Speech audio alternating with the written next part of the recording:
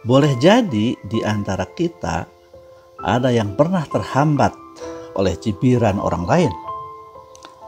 Jangan bersedih, apalagi kehilangan motivasi. Marilah kita sejenak menyimak kisah seorang gadis muda belia dari sebuah sekolah seni yang sangat rajin berlatih melukis. Suatu hari, ia ingin mengetahui kemampuannya melukis. Sebuah lukisannya ia simpan di aula sekolah. Tidak lupa ia menaruh catatan kecil di sampingnya.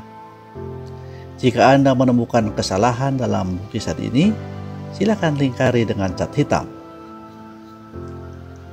Keesokan harinya, ia menemukan lukisannya itu telah penuh dengan lingkaran-lingkaran berwarna hitam. Ia kembali belajar dengan giat. Setelah beberapa waktu, ia melakukan hal yang sama. Ia menaruh lukisannya dengan catatan kecil yang sama. Namun keesokan harinya, ia lagi-lagi menemukan banyak lingkaran hitam pada lukisannya. Ia menjadi sangat sedih. Di kelas, gurunya bertanya mengapa ia tampak begitu sedih. Lalu ia menceritakan semuanya. Gurunya kemudian berkata, "Coba kamu buat lagi satu lukisan terbaikmu. Namun kali ini kamu ubah catatannya. Tulislah, siapapun yang menemukan kesalahan dalam lukisan ini, silakan perbaiki." Ia mengikuti apa yang dikatakan gurunya. Kemudian membuat lagi satu lukisan terbaiknya. Ia menaruhnya di aula sekolah dan meninggalkan catatan sesuai dengan apa yang dikatakan gurunya. Keesokan harinya, ia menemukan bahwa lukisannya utuh seperti sedia kala. Tidak ada perubahan sedikit pun. Ia sangat senang. Apa pelajaran dari kisah ini? Adalah mudah bagi seseorang untuk menemukan kesalahan orang lain. Namun sulit bagi seseorang untuk memperbaiki suatu kesalahan. Sebaik apapun yang kita lakukan, seberapa besar usaha yang kita curahkan, akan selalu ada komentar yang negatif. Belum tentu hal itu terjadi karena ada sesuatu yang buruk. Bisa jadi hal itu terjadi karena ada suatu hal yang tidak sesuai dengan konsep seseorang. Karena itu janganlah sampai kita kehilangan motivasi apalagi frustrasi oleh komentar orang lain yang tidak membangun.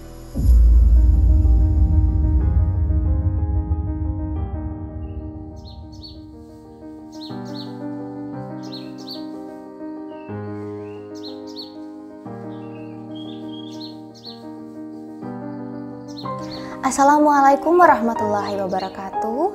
Selamat berjumpa kembali dalam Bincang-Bincang bersama Profesor Budimansyah. Pada pertemuan kali ini, kita akan melanjutkan pembahasan yang tertunda pada episode yang lalu.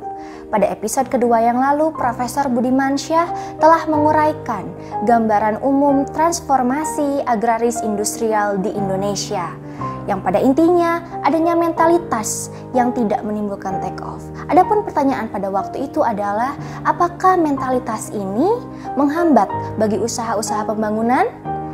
Pada episode kali ini, Profesor Budimansyah akan menjawabnya. Langsung saja, Profesor Budimansyah.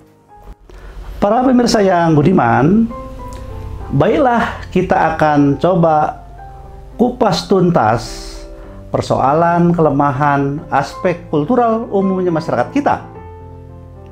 Untuk mengidentifikasi kelemahan aspek kultural umumnya masyarakat kita, saya akan mengikuti pemikiran Robert K. Merton tentang tema sukses masyarakat Amerika.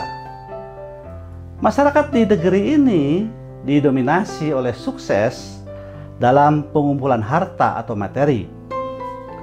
Dalam pandangan hidup mereka, sukses untuk mengumpulkan harta terbuka untuk setiap orang, baik bagi para raja maupun bagi peminta-minta.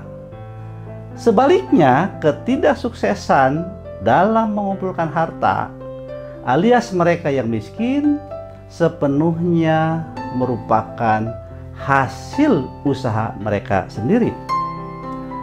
Maka masyarakat Amerika merupakan masyarakat pencapaian atau a saving society. Di satu pihak telah ditetapkan suatu tujuan kultural, ialah sukses dalam pengumpulan harta itu, dan di lain pihak telah ditetapkan pula cara-cara yang telah melembaga untuk mencapainya, ialah pencapaian atau achieving itu. Benarkah begitu, Prof? Adakah bukti-bukti yang dapat ditunjukkan? Robert K. Merton mengumpulkan bukti-bukti bahwa mereka dari lapisan atas seperti Henry Ford dan yang lainnya dapat dijuluki robber baron atau pangeran bengkok. Mereka bersemboyan, fair play if possible, foul play if necessary. Lurus bila mungkin, bengkok bila perlu. Namun lapisan menengah masyarakat Amerika berdasarkan penelaahan dari Robert K. Merton benar-benar berpegang teguh pada nilai-nilai pencapaian atau achieving itu. Hal ini berbeda dengan masyarakat kita yang berorientasi secara vertikal, yakni yang bawah selalu mengikuti yang atas.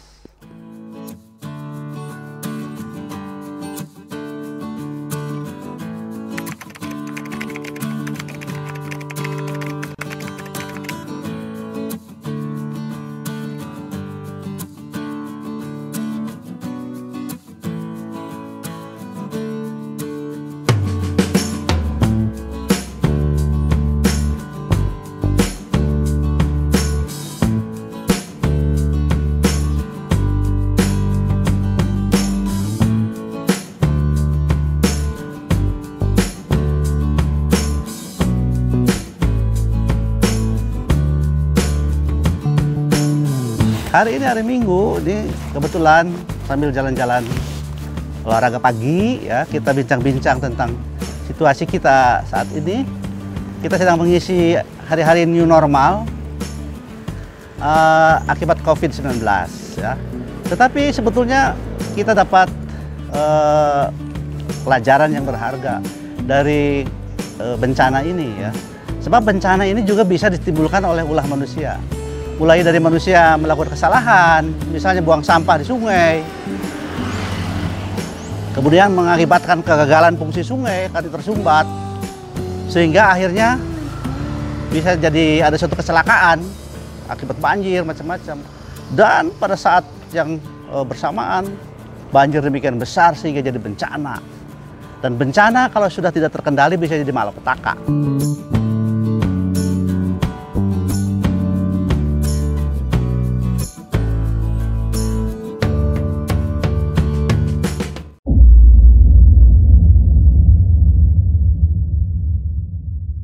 Berdasarkan teorinya, Robert K. Merton mengidentifikasi beberapa pola respon masyarakat terhadap teori tema sukses ini. Apa maksudnya, Prof? Ya, itu rincian dari respons masyarakat terhadap tema sukses. Maksudnya adalah terhadap kesuksesan hidup, masyarakat mempunyai pola respon yang berbeda-beda. Robert K. Merton mengidentifikasi adanya 5 pola respon sebagai berikut. Yang pertama, apa yang disebut conformity atau ketaatan, yakni menerima tujuan kultural dan cara-cara yang telah melembaga untuk mencapainya, merupakan bagian terbesar masyarakat kelas menengah Amerika. Yang kedua, innovation atau inovatif, yakni menerima tujuan kultural akan tetapi menemukan cara-cara baru untuk mencapainya. Yang ketiga, ritualism atau ritmis, yakni menolak tujuan kultural tetapi berpegang teguh kepada cara-cara yang telah melembaga untuk mencapainya. Yang keempat, retreatism atau berpaling, yakni menolak atau meninggalkan keduanya, baik tujuan kultural maupun cara-cara yang telah melembaga untuk mencapainya. Yang kelima, rebellion atau pemberontakan, yakni menolak tujuan kultural dengan mengajukan gantinya dan menolak cara-cara untuk mencapainya dengan mengajukan gantinya pula. Demikian 5 pola respon masyarakat terhadap tema sukses tersebut.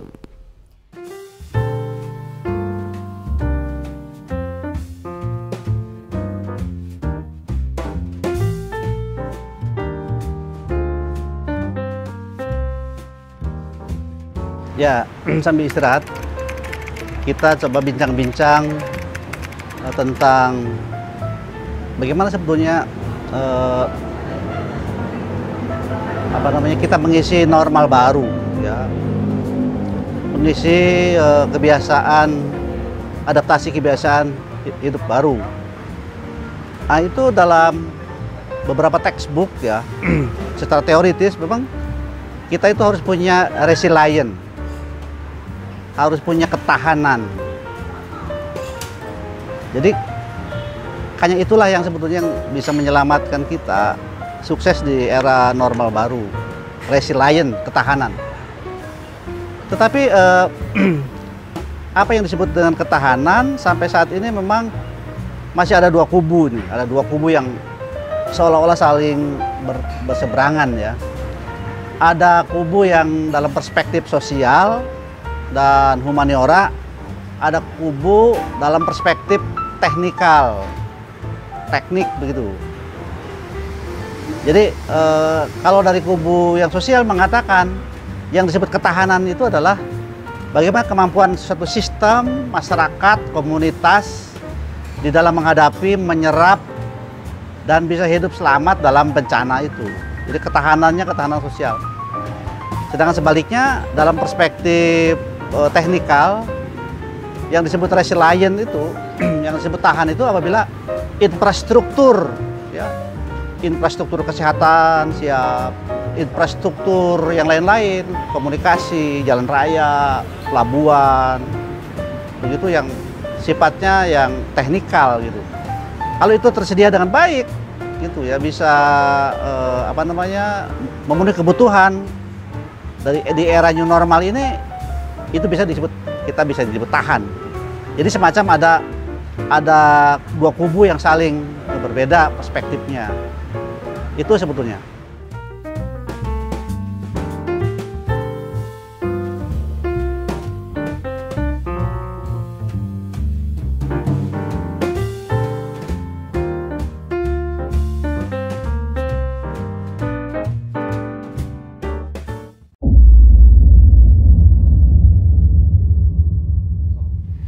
Ada pertanyaan, Prof. Bagaimana pola masyarakat kita dalam merespon tema sukses? Bedakah jika dibandingkan dengan pola respon masyarakat Amerika? Berbeda dengan masyarakat Amerika yang telah established atau mapan, masyarakat Indonesia merupakan masyarakat yang sedang berkembang. Untuk itu kita membuka diri lebar-lebar dan memasukkan banyak unsur kebudayaan dari luar. Akibatnya adalah nilai-nilai lama mulai mengendur dan nilai-nilai baru mulai muncul dan tumbuh.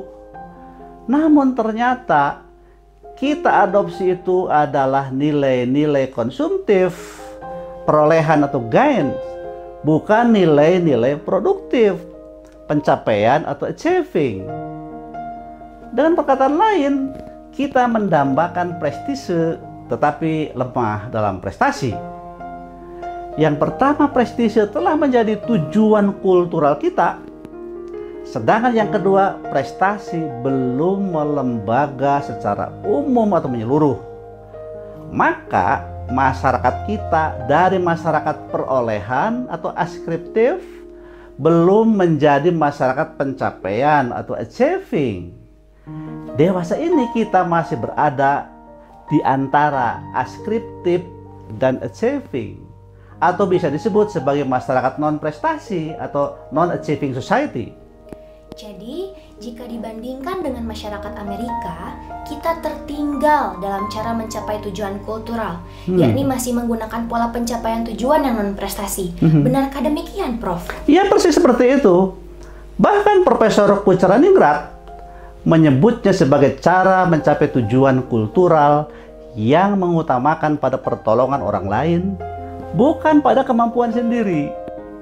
Hal inilah yang oleh Profesor Herman Suwardi sebagai lemahnya nilai-nilai instrumental atau kelemahkarsaan, yang artinya bahwa faktor-faktor yang eksternal lebih kuat daripada faktor-faktor internal sebagai daya dorong atau driving force ke arah pencapaian sukses.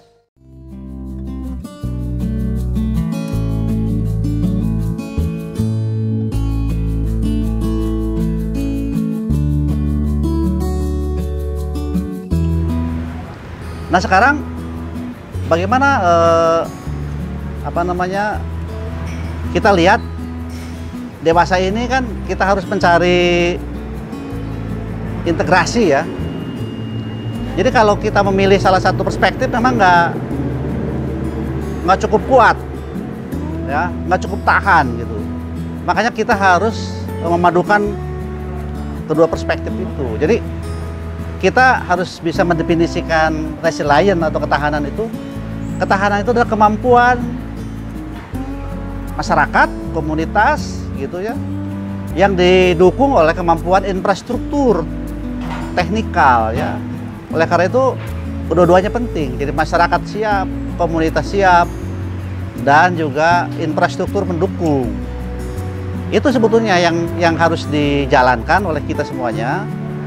Perspektif sosial itu couplingnya masyarakat, individu, ya. Sedangkan perspektif teknikal itu couplingnya atau domainnya pemerintah, yang punya kebijakan untuk melengkapi infrastruktur macam-macam. Jadi mari kita memadukan dua pendekatan itu, bahwa ketahanan itu adalah ketahanan di bidang sosial, humaniora, dan ketahanan di bidang teknikal. Yang sifatnya lebih ke persiapan fisik, infrastruktur kesehatan, jalan raya, listrik, telekomunikasi, macam-macam.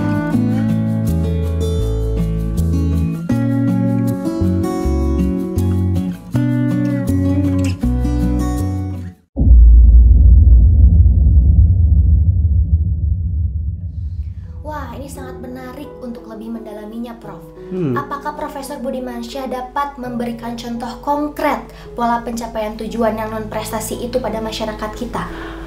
Pola pencapaian tujuan yang non-prestasi atau non-achievement pattern oleh masyarakat Jawa Barat sering dipelesetkan dengan sebutan 4D, yaitu dulur, deket, duit, dukun.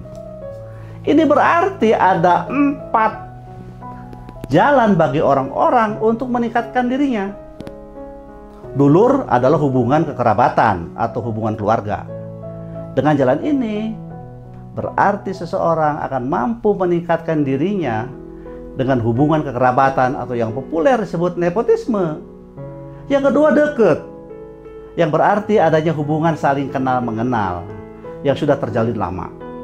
Landasan kedekatan bisa bermacam-macam. Bisa satu alma mater, satu kampung, satu etnik, atau apa saja. Pola demikian dikenal dengan sebutan koncoisme. Pola ini pun seringkali menggunakan media rekomendasi atau yang lebih dikenal sebutan surat sakti atau KTBLC. Pola ketiga adalah duit. Artinya dengan duit atau uang, seseorang bisa memperoleh apa yang sebenarnya menurut peraturan tidak bisa diperoleh. Pokoknya bisa diatur, merupakan kata-kata yang biasa digunakan oleh orang-orang yang menggunakan pola ini dalam mencapai tujuannya. Yang terakhir adalah dukun, yaitu dicapai melalui jalan yang bersifat magis. Ada orang-orang yang disebut orang pintar, dapat membantu kliennya untuk memperoleh apa-apa yang diinginkan oleh klien itu melalui magis. Keempat jalan ini jelas tidak memerlukan prestasi sama sekali.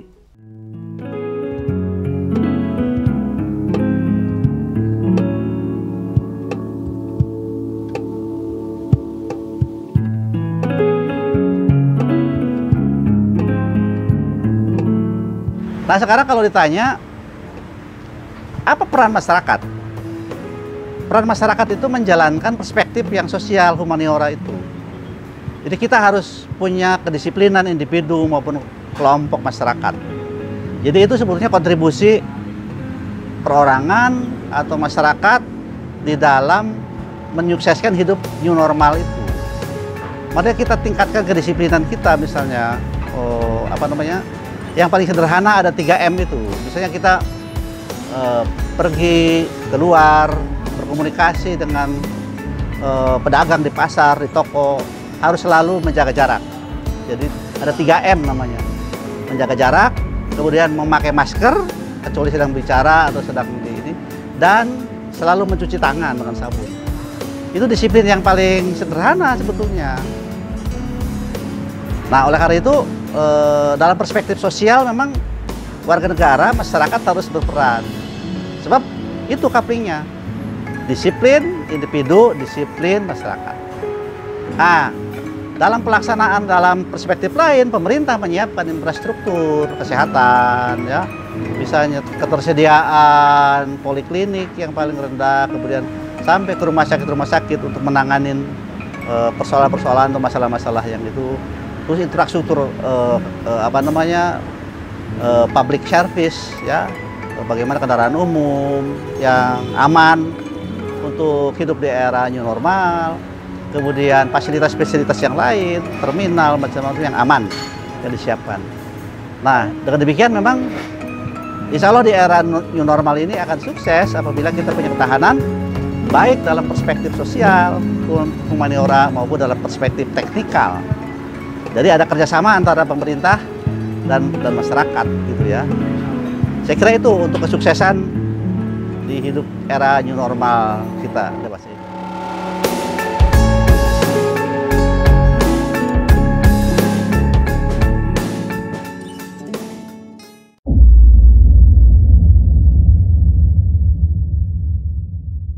Jadi, pola pencapaian tujuan yang non-prestasi itu benar-benar tidak cocok untuk pembangunan ya, Prof.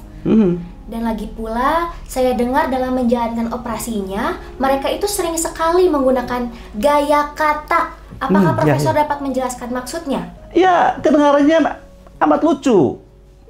Akan tetapi memang demikian adanya.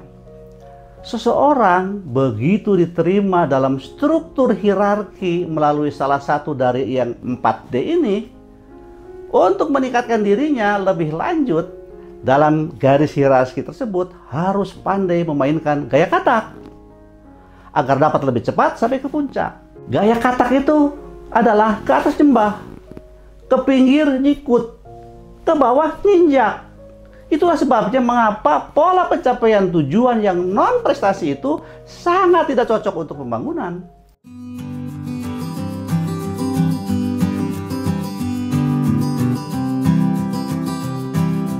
Ya, jadi untuk meningkatkan kedisiplinan sebagai perspektif sosial, mau tidak mau dan memang kita harus melakukan pendidikan karakter kepada generasi muda kita. Tetapi pendidikan karakter itu sebetulnya bukan tujuan, ya. Pendidikan karakter itu adalah hanya alat. Itu alat untuk mengembangkan peradaban bangsa, ya. Oleh karena itu, memang hiruk-pikuk pendidikan karakter itu tidak ada artinya apabila tidak berdampak kepada peradaban kita yang bisa jadi peradaban yang maju. Di era sekarang itu kan peradaban itu berlapis-lapis, ya. Lapisan terdalam itu ada yang disebut aspek spiritual sebagai jantung peradabannya. Kemudian di lapisan kedua ada aspek etika. Selanjutnya ada aspek seni dan paling luar itu aspek teknologi. Jadi sebetulnya pendidikan karakter itu harusnya bisa mengembangkan, memperkuat aspek spiritual kita, kemudian bisa memperhalus etika kita, mengembangkan aspek seni dan memajukan aspek-aspek budaya yang paling luar, aspek peradaban yang paling luar itu yang namanya teknologi. Itu sebetulnya.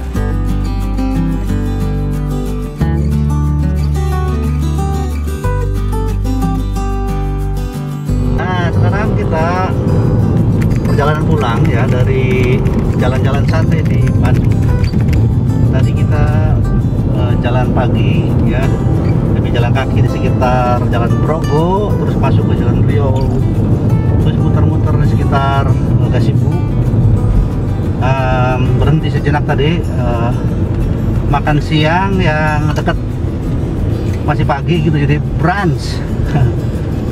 makan pagi disatukan dengan makan siang ya, breakfast dan lunch, jadi brunch.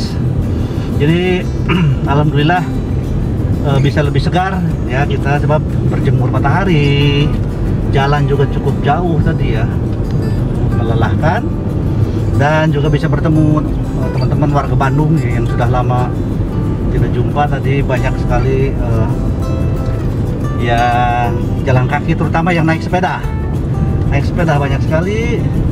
Dan mudah-mudahan di era new normal ini kita tetap bisa beraktivitas, tetapi tetap harus menjaga protokol kesehatan. Ya, selamat beraktivitas dan menjaga protokol kesehatan.